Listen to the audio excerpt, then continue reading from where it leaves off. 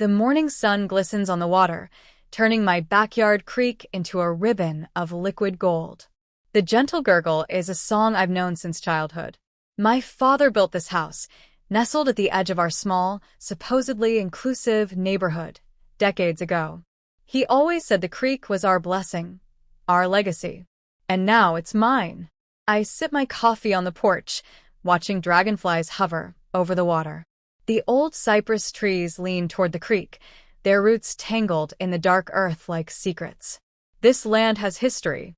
Before my family bought it, black sharecroppers fished in this very stream, washing off the sweat of another hard day's work. Before that, it belonged to the Creek Nation. The water remembers. But not everyone sees it that way. I glance toward the pristine rows of houses across the cul-de-sac, each one identical in its beige perfection. The HOA calls it neighborhood uniformity. I call it lifeless. My home is the only one that doesn't match their vision. No manicured lawn. No chemically treated grass. No gaudy seasonal decorations that scream conformity. Just nature, as it was meant to be. And that's a problem for them. A white SUV rolls by, slowing as it nears my house. I already know who it is before I see the smirk behind the tinted glass. Karen Whitmore, HOA president. Queen of perpetual complaints. She doesn't wave. Just sneers. Then she's gone, tires crunching on the perfect asphalt her committee probably inspected this morning. I exhale, shaking my head. Karen and her little band of enforcers have been on my case for years. First, it was my unkempt yard. Then, it was the outdated aesthetic of my wooden fence. When those didn't stick, they tried to find me over a garden I built in my own backyard. But this is new. A folded notice sits on my porch railing, half damp from the morning dew. I pluck it up and scan the bold lettering. Urgent HOA violation notice. Due to safety concerns, the Homeowners Association has voted to drain the unauthorized creek on your property. Water hazards pose a danger to children. Compliance is mandatory. My stomach tightens. Drain the creek? I stare at the words, my fingers clenching the paper. I know damn well this isn't about safety. The creek has been here longer than this neighborhood, longer than their cookie-cutter houses, longer than their HOA charter. This is about me. I step off the porch and onto the damp earth, my boots sinking slightly. The creek is low this morning, but it's alive. Tiny fish dart in the shallows, oblivious to the war about to be waged over their home. Karen and her HOA don't know it yet, but they just started a battle they can't win. I don't sleep that night. I lie in bed, listening to the creek's whisper through the open window, the water slipping over smooth stones, alive and free. The idea of it vanishing, of being stolen, gnaws at me. By morning, I'm outside with a shovel, checking the banks, inspecting the water level. I don't trust the HOA to play fair. The notice said they were voting on draining it, but I know how these things work. Decisions get made before votes even happen. A rustling sound makes me turn. A group of men stand near the street, just past my fence line. Khaki pants, polo shirts. The HOA's unofficial uniform. One of them, a tall, broad-shouldered man with graying hair and an expensive watch, glances at me, but doesn't bother acknowledging my presence. His eyes are locked on the creek, lips pursed like he's already measuring its demise. That's Elliot Grayson, HOA treasurer. Karen's right-hand man. Water's lower than I expected, he says, voice smooth like a realtor closing a deal. Might not even take much work to clear it out. Another man, shorter and rounder, nods. Could level it off in a few days. Sod the whole thing. Bring it up to code.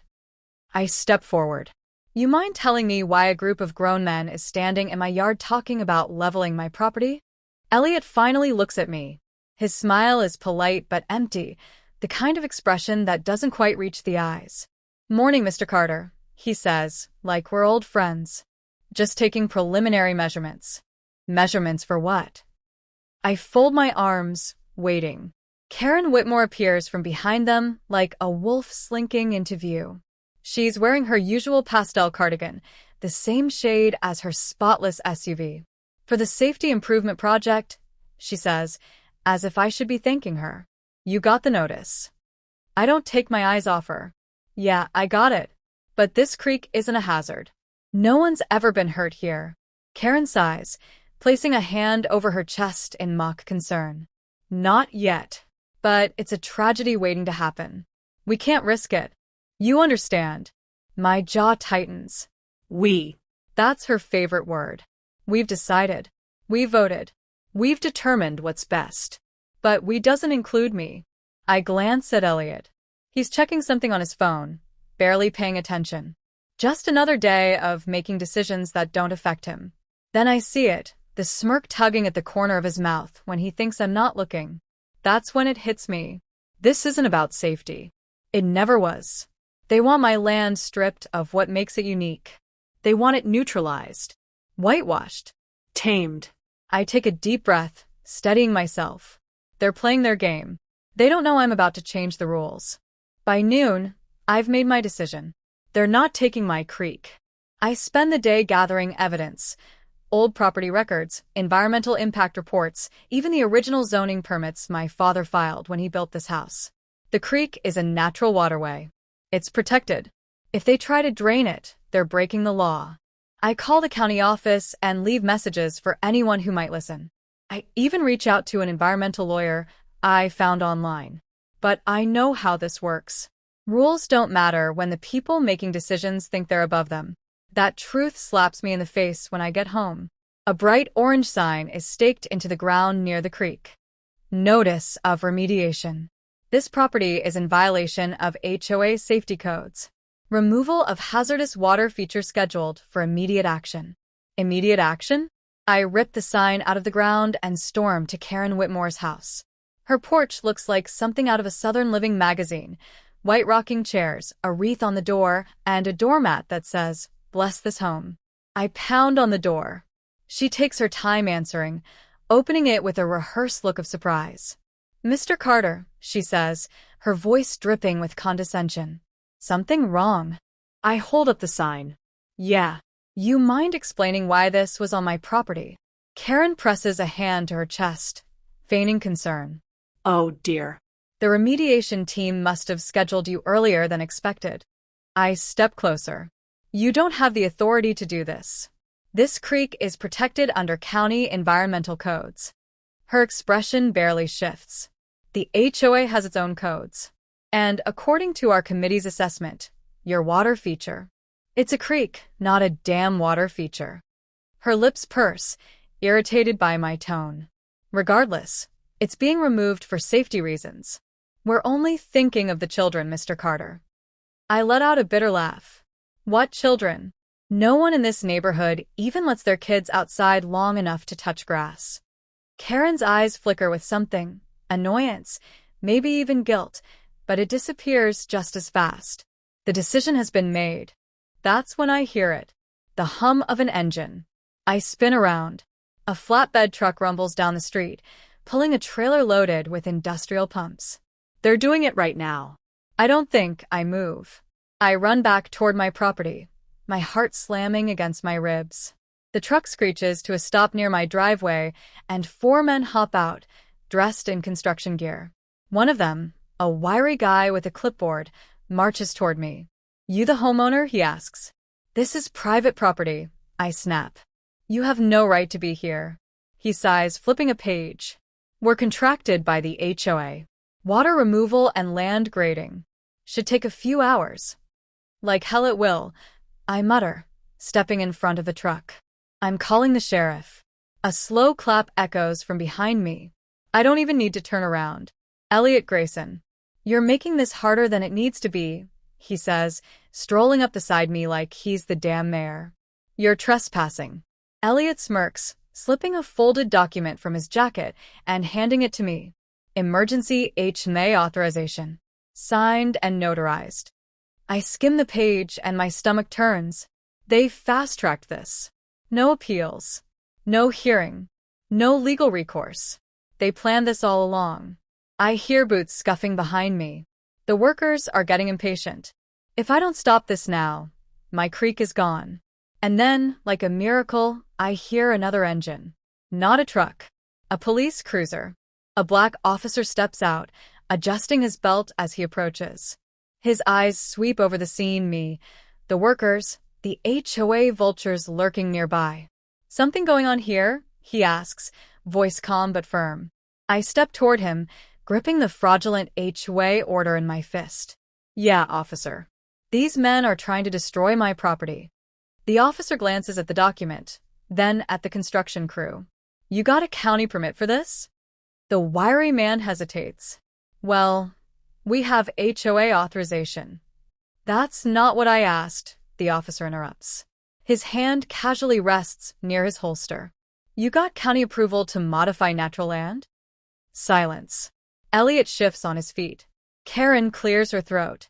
The workers exchange glances. The officer tilts his head. "Yeah, that's what I thought." The tension is thick enough to choke on. Finally, one of the workers mutters, "We ain't got no permit." The officer exhales. "Then y'all need to pack up. Now." The crew hesitates, looking at Elliot for guidance. He clenches his jaw, but he knows he's been caught. Karen, of course, tries to save face. "This is all just a misunderstanding." I smile for the first time all day. "No, Karen," I say. "This is just the beginning." I barely sleep that night. The HOA may have backed off for now, but I know people like Karen and Elliot. They don't lose. They regroup. And sure enough, by noon the next day, I hear voices. I step onto my porch to find a crowd gathering near my property line. HOA board members in their polished shoes, a few nosy neighbors craning their necks. At the center of it all, standing smugly beside a man in a suit, is Karen Whitmore. She waves me over like she's inviting me to afternoon tea. "Mr. Carter," she calls. "Come on down. You'll want to hear this." I don't move.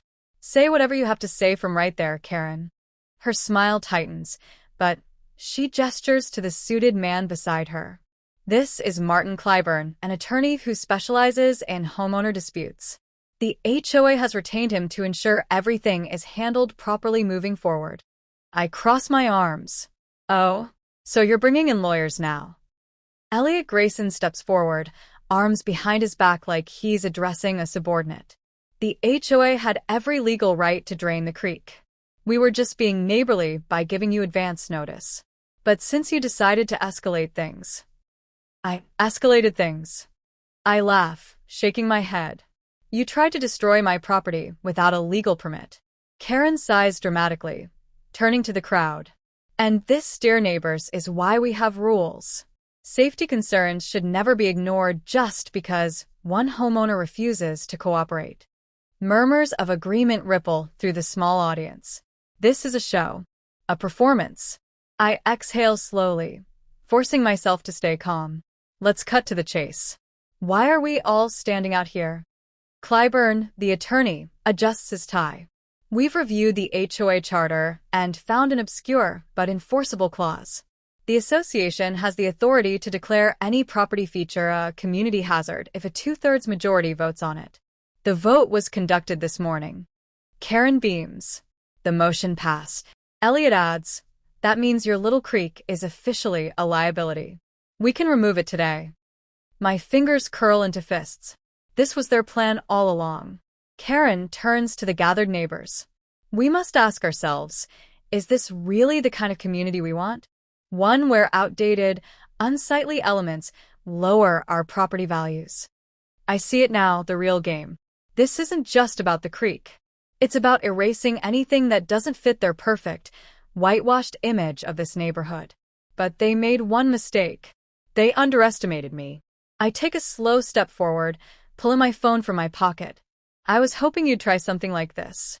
Karen's smile falters. Elliot's smug expression tightens. I tap my screen, and a video begins playing. A hidden camera, tucked inside my porch light, captured everything from yesterday. The fake paperwork. The workers admitting they had no permit. The cops shutting them down. And the best part?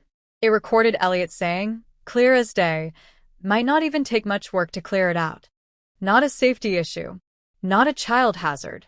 Just an inconvenience to them. The murmurs from the crowd shift from agreement to doubt. People exchange uneasy glances. Karen's tight grip on this neighborhood is slipping.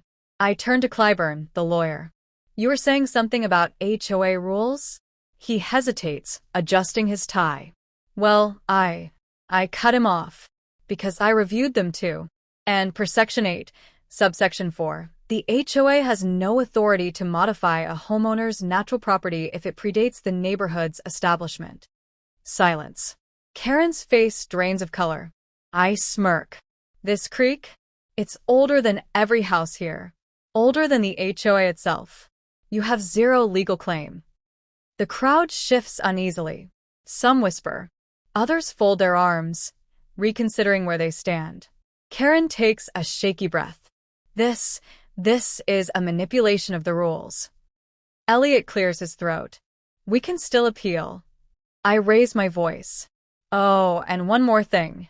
I turn my phone to face the crowd, showing a formal complaint I filed with the county this morning.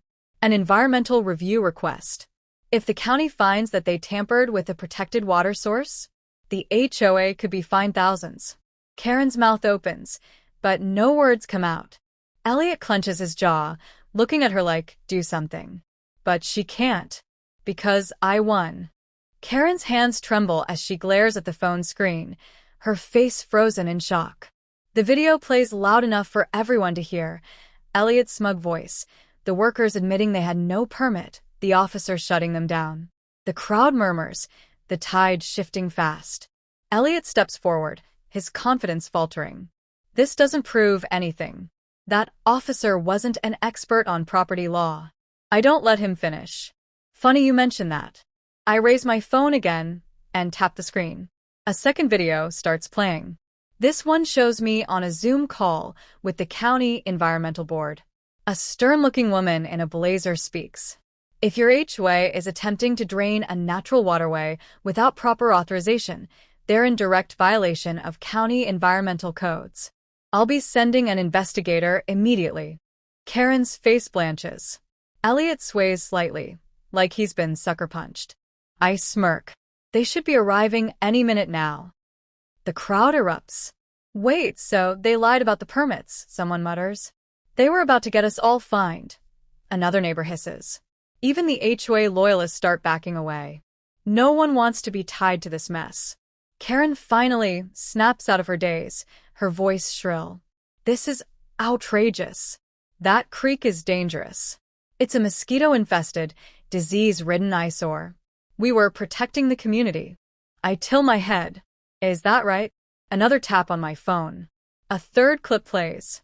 It's Karen and Elliot standing near the creek from a few days ago, recorded on my backyard security camera.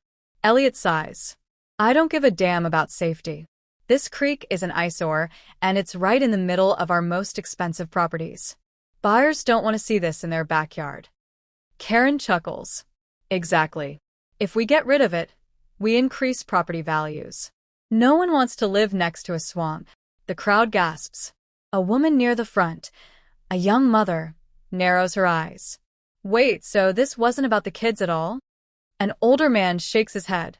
This was about property values? Karen's face twists. That video is taken out of context. Elliot raises his hands.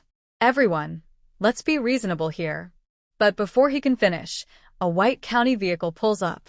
A woman in a dark blue blazer steps out, flanked by two other officials in badges.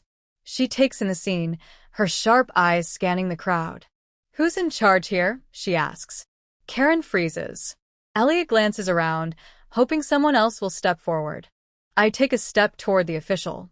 That would be Karen Whitmore and Elliot Grayson, HOA president and treasurer. The woman nods. I'm Linda Marks, senior environmental investigator. I've reviewed the footage Mr. Carter submitted, and I have some serious concerns. She pulls out a folder and flips through several papers. Your HOA attempted to alter a protected natural waterway without county authorization. That's a Class A violation under state law. A neighbor gasps. Class A? That sounds serious. Linda nods. It is. If this project had moved forward, the HOA would be facing fines of up to $100,000. The crowd erupts again. Karen looks sick. That can't be right. Linda raises a brow. You're welcome to argue your case in court. But given the footage I just watched, I'd advise you to consult a lawyer. Several, actually. Elliot turns to Karen, panic in his eyes. You told me this was legal. Karen shakes her head wildly. We have the right to manage community aesthetics. Linda smirks. Aesthetics don't override federal water laws. A woman in the crowd scoffs. And to think we trusted you people. A neighbor, an older black man named Mr. Reynolds, crosses his arms. So let me get this straight. Y'all tried to drain a creek, without permission, because you thought it looked ugly. Karen's eyes dart around, looking for support. But there's none. The neighbors, the board members, even the HOA loyalists, they're all looking at her like she's toxic. Then comes the final blow. Linda pulls out another document. Since the HOA knowingly attempted an illegal land modification, the county is filing an official ethics complaint. Depending on the outcome, your HOA could be dissolved entirely. Karen stumbles back like she's been shot. Elliot curses under his breath. The neighbors erupt into cheers. One woman grins. Wait, so the HOA might be gone? Like, forever? Linda shrugs. Depends on the county board's decision. A man near the back laughs. This is the best news I've heard in years. Karen loses it. You can't do this. I built this HOA. I made this neighborhood what it is. I cross my arms. And you almost destroyed it with your greed. Elliot mutters something and turns to leave, but Linda stops him. Oh, don't go anywhere, Mr. Grayson. You and Mrs. Whitmore will be expected at a formal hearing. Karen's face collapses. This isn't happening, she whispers. But it is. And for the first time in years, I feel the weight of their control slip away. 3 weeks later, a for sale sign sits in front of Karen Whitmore's house. It's poetic, really. For over a decade, she ruled this neighborhood like a queen, dictating who stayed and who suffered. Now, she's the one packing boxes, her empire in ruins. I sip my coffee from my porch, watching as a moving truck pulls up. Karen stands on the driveway, barking at the movers, her face tight with stress. But there's no more power behind her voice. No more neighbors rushing to obey her commands. She's alone. The HOA, once her personal kingdom, is gone. After the county's investigation, it didn't take long for the state to step in. Turns out, this wasn't the first time Karen and Elliot had bent the rules. They'd been skimming HOA funds for years, charging homeowners inflated fees and funneling the extra cash into their own projects. With the HOA dissolved, those who paid unjust fines are suing for reimbursement. Karen and Elliot are financially drowning. And Elliot? Well, he flipped. Threw Karen under the bus the second the state started sniffing around. Cut a deal to avoid the worst penalties, leaving Karen to take the biggest fall. She lost her position, her reputation, her influence. Now, she's losing her home. I won't lie, it feels damn good to see justice hit exactly where it hurts. A soft laugh pulls me from my thoughts. Mrs. Rodriguez, my elderly neighbor, stands at the fence, shaking her head as she watches Karen pace. Would you look at that? She says, her voice rich with amusement. All those years acting like she owned this place, and now she's the one getting run out. I chuckle. Poetic justice. She nods, then looks at me more seriously. You know, I'll be honest. I kept my mouth shut when she targeted you. I didn't want trouble. I told myself it wasn't my fight. I glance at her, curious. She sighs. But I should have spoken up sooner. She went after you because she thought she could. And the rest of us? We let her. I nod slowly, letting her words sink in. That's how it always works, isn't it? People like Karen thrive not just because of their power, but because of silence. I give Mrs. Rodriguez a small smile. Well, you're speaking up now. She smiles back, warm and genuine.